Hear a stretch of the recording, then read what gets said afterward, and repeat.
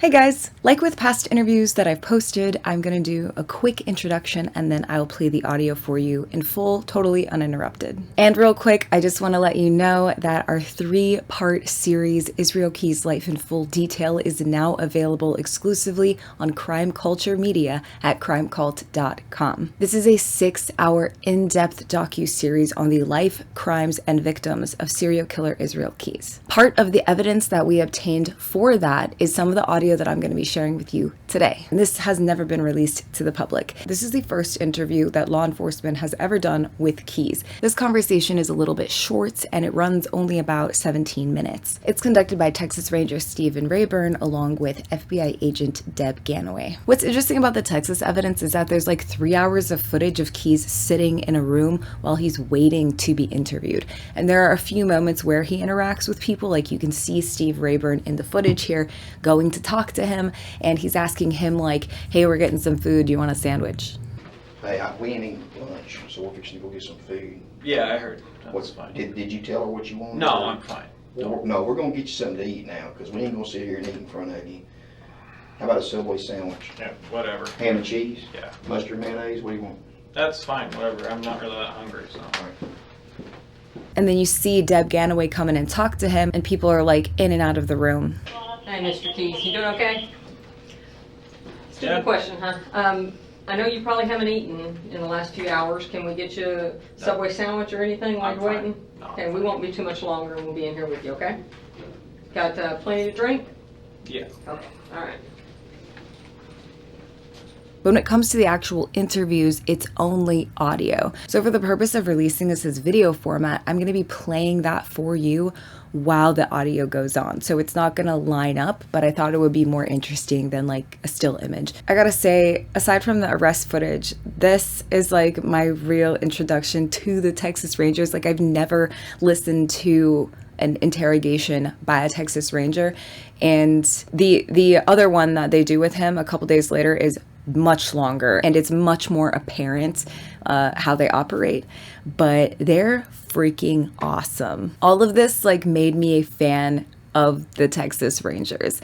I love them. I think they're badass. They do a great job and they're very good at what they do. So a couple notes about this conversation. So he tells them essentially at the end of the 17 minutes that he doesn't want to talk, and then a few days later ends up talking to them. But he's asked why he got out of the military, and he says that it's because he had a kid on the way. And I thought that was so weird because as a military brat, I come from a big military family. Having kids is a good reason to stay in the military because of the stability that it offers you with like base housing allowance for you and your dependents and health insurance that's like there for your family. So I thought it was an interesting choice that he got out, or that's the reason he's saying that he got out. And if there's any military people listening to this, I would love your advice on why you think that that was the reason, and if a lot of people feel that way, because to me, like in my mind, it almost seems like a better choice to stay in. And I understand that like it does take you away from your family, and it involves a lot of traveling every few years, like moving and stuff, and also potentially deployments. But yeah. He's also asked if he's ever been married, and he says that he almost marries Kimberly. Like he doesn't say her name, but he's talking about her. They were like, she broke up with you, and he like says no, and he says that they're kind of still together. And this is hilarious to me because in the Kimberly interviews, within like the first few minutes, she's asked about her boyfriend Israel Keyes, and she's like, he's not my boyfriend, like immediately. So it like kills me that I think he is like embarrassed that he got dumped. Be prepared for one moment where there's like a redacted section. That little it is painful. So just, I'm warning you. And without further ado, here's the first interview with Keyes by the Texas Rangers. This is Steve Rayburn with the Texas Rangers Company A out of Lufkin. It's 3/13/2012 at 3:27 p.m. I'm about to go into an interview room at Lufkin PD. I have Agent Jan Ganaway with me. We're going to interview a suspect in there concerning the missing person, Samantha Tasela Koenig.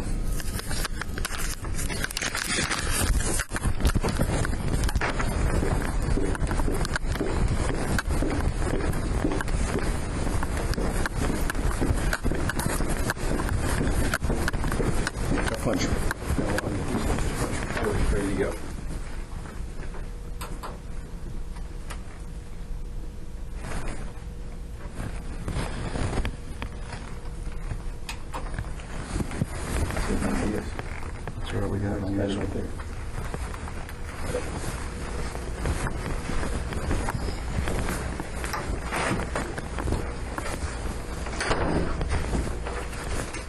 Back there? Yeah, if you don't mind. No, no.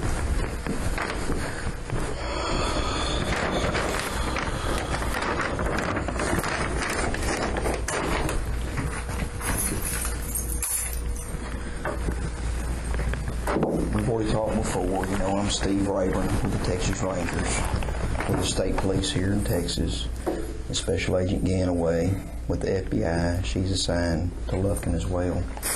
I'm going to eat. Do you care if I eat?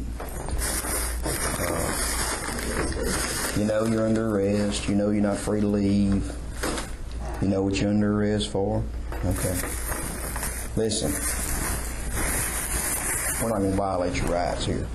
Okay? No one's going to make you do anything you don't want to do. I'm going to eat lunch. Agent Ganaway's going to eat lunch. We got lunch for you. You can eat it or you cannot eat it. It's up to you. I hope you like ham and cheese. If you change your mind, you won't eat lunch. It's here.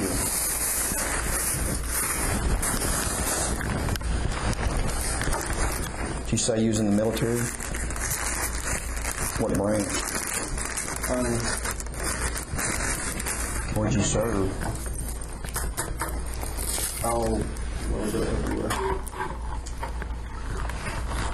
Did you like the military or not? Yeah. What'd you like about it?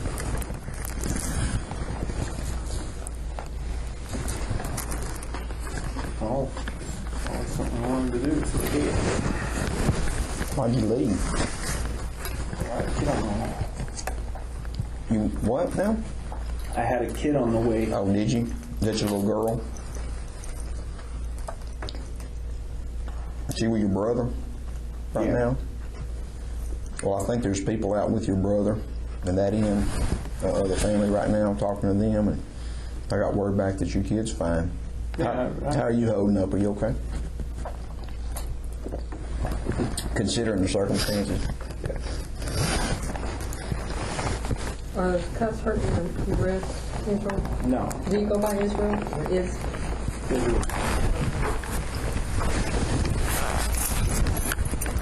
Film for me.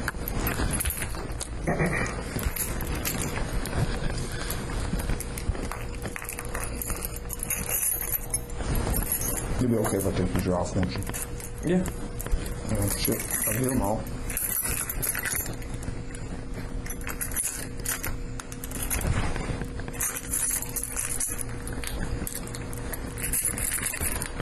You ever been in trouble with the police before? For other than the shoplifting you told me about earlier? Nope. Wearing handcuffs ain't something that you deal with regularly. Right? You know what they call them in Texas, don't you? In Dallas Cowboy Super Bowl rings.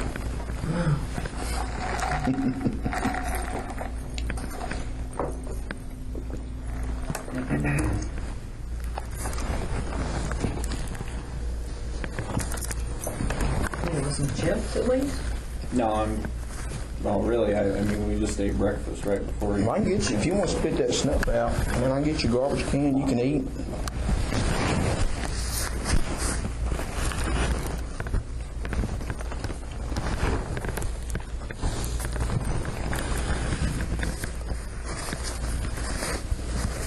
How old were you when you joined the military?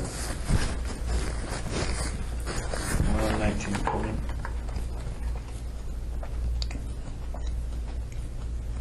What did you do between, you graduated from high school? No, You didn't? never went to school. Were you homeschooled? Or? Yeah. You was raised up where? Mostly Washington State. Did you wish you went to regular school? No, not really. How many brothers and sisters you got? None. 9? And now you got one daughter? Yep. How old is she?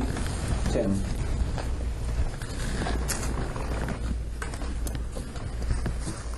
Do you raise her? Yep. Where's her mom? Her mom? Washington. Is there a big custody issue with that, or is it just kind of agreed upon? You know how those things go sometimes. Yeah, it's complicated. Tell me about your daughter. Good kid? She's great. Yeah. What grade is she in? 4th.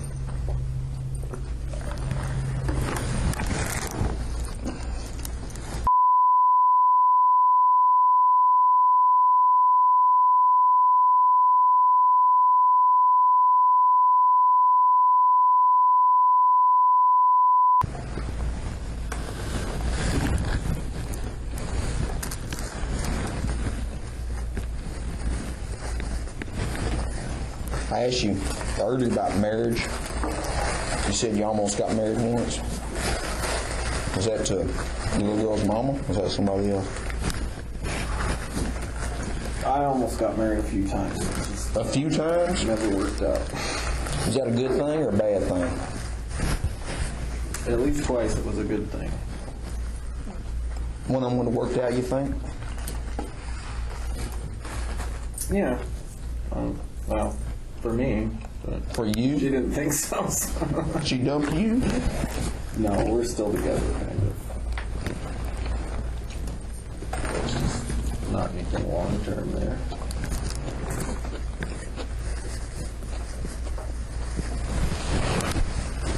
Well, listen, there's a lot of information in that little old head of yours that I'd like to know. I told you I ain't gonna make you do nothing. There's a lot of information that, through the course of an ongoing investigation, that we have. And what our job is, do you have any idea what the Texas Rangers and the FBI really do? Of course. Tell me what you think we do. I watch enough TV to know what you do. So. Now you tell me what you think we do. What is the perception of what we do? What you think being a cop in the Rangers or the FBI is all about? You do what you're doing right now. Which is what? Interrogating me. No. Interviewing me. Whatever you want to You call can it. call it an interview. You know what I call it? Seeking the truth. I don't have a time machine. We can't go back and change things and make them something that they weren't, but we seek the truth. I'm a fact finder. That's all I am. Okay? And in a minute, you can choose to help us seek the truth. You can choose not to, but that's all we're after is the truth. We don't want to make anything look worse than what it is, look different than what it is. We want to get it right. We want to get it exactly right. And Okay. you usually do eventually. Well, you know what? You're right. And the biggest factor on that is how much time we devote and effort we devote into seeking the truth. Most crimes can be solved if we devote enough time and effort to solve them. But here's the deal. I'm dying to talk to you about why you're in custody right now. I really, really want to talk to you because there's some things that I just can't answer. Okay? In my truth seeking. And you're going to be the best source of that information. And you've got to decide whether you're going to help me seek the truth or whether I'm going to be on my own. And that's going to be left up to you. But before I can talk to you, and you've watched enough TV to know, you got to waive your rights for us to be able to talk about this. Okay? Now, I know you want to read this. You've heard it on TV 1,000 times. But I got to read it to you again. And if you decide you want to be a part of the solution and not continue to be a part of the problem, you can do that. I hope that you're going to be after the same thing we're after. And I hope that you're going to want us to get this accurate and you're going to want us to get it right. Now listen to me while I read this. I got Spanish and English. I hope you want it in English because I can't read Spanish. Before you're asked any questions, it's my duty to advise you of your rights and to warn you of the consequences of waiving these rights. You have the right to remain silent, not to make any statement at all. Any statement you make may be used against you at your trial. You understand that? Yes. Any oral or written statement you make may be used as evidence against you in court. You understand that? Yes. You have the right to have a lawyer present to advise you before and during any questioning by peace officers or attorneys representing the state. You understand that? Yes. If you're too poor to hire a lawyer, you have the right to have a lawyer appointed by the court to advise you before and during any questioning. Do you understand that? Yes. And you have the right to terminate an interview at any time. You understand that? Yes. Okay. Can we talk about why you're in custody? Are you willing to waive your rights so we can talk about why you're in custody? You can withdraw that at any time and tell me that I'm done. Okay? And I'll respect that. I've respected you from the time I met you today, and I'm going to keep respecting you. I'm not going to be mean to you. Are you willing to waive the rights long enough for us to talk about why you're in custody?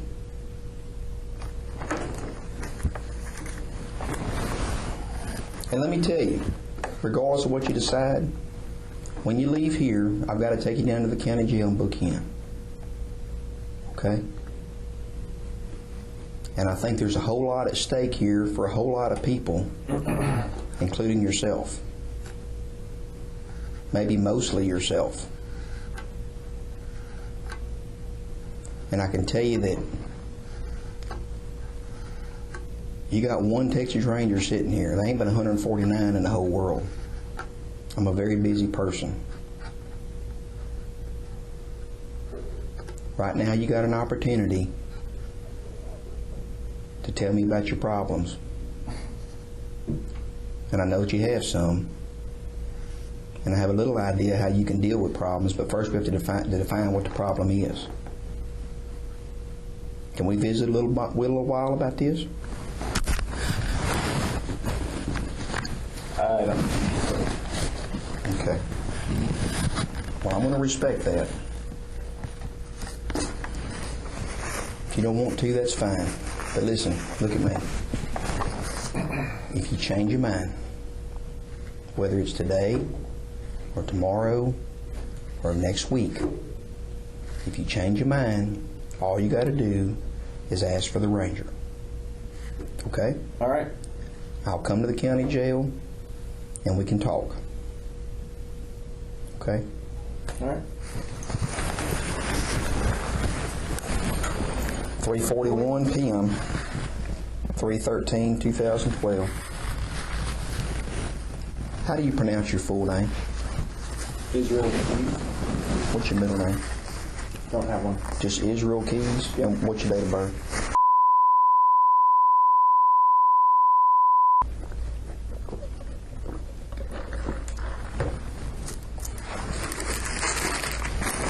Israel. Right now, there is I'm not questioning you or anything. I'm not violating your rights here. I'm just kind of giving you a heads up of what's going on. Right now, they're swearing out an arrest warrant for you to formally charge you with kidnapping of this girl right here. And she's still missing. Okay? So my job ain't over. We got to find her.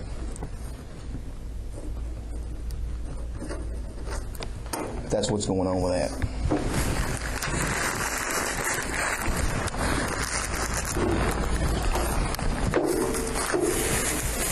Israel, I was told you anything to make our job easier in finding this young lady. Be sure and tell them you want to talk to the ranger, okay? It'll go a long way in helping you down the road too. I know it'd go a long way in helping that girl's family, even if she ain't alive.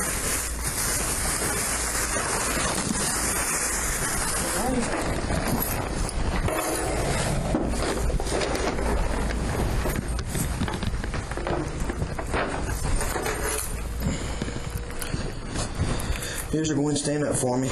We'll get you down there to the county jail. we're not going to release your name, okay? All right. Because the investigation is ongoing, and I don't think releasing your name to the media would be a positive thing.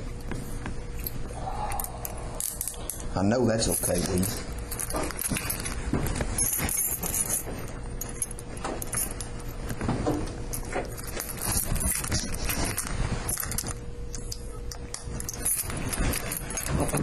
We'll have to see that.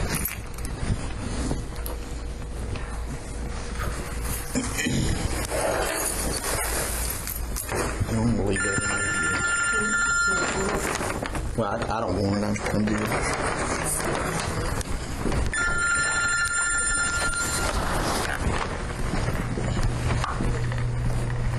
Steve Raven. Hello. Let me turn off my...